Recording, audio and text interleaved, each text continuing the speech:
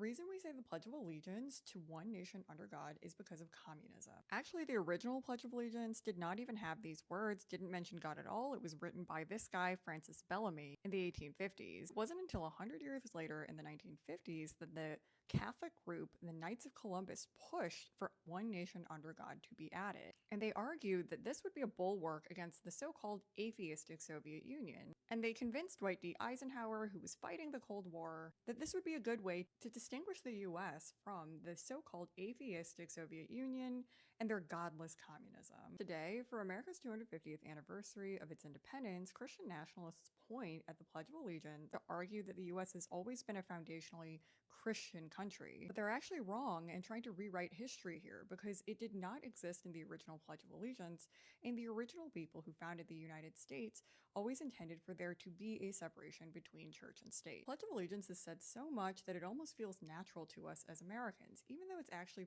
pretty unique. Not a lot of countries actually say their pledge like this. And remember that what feels so natural may really just be born out of really specific historical circumstances.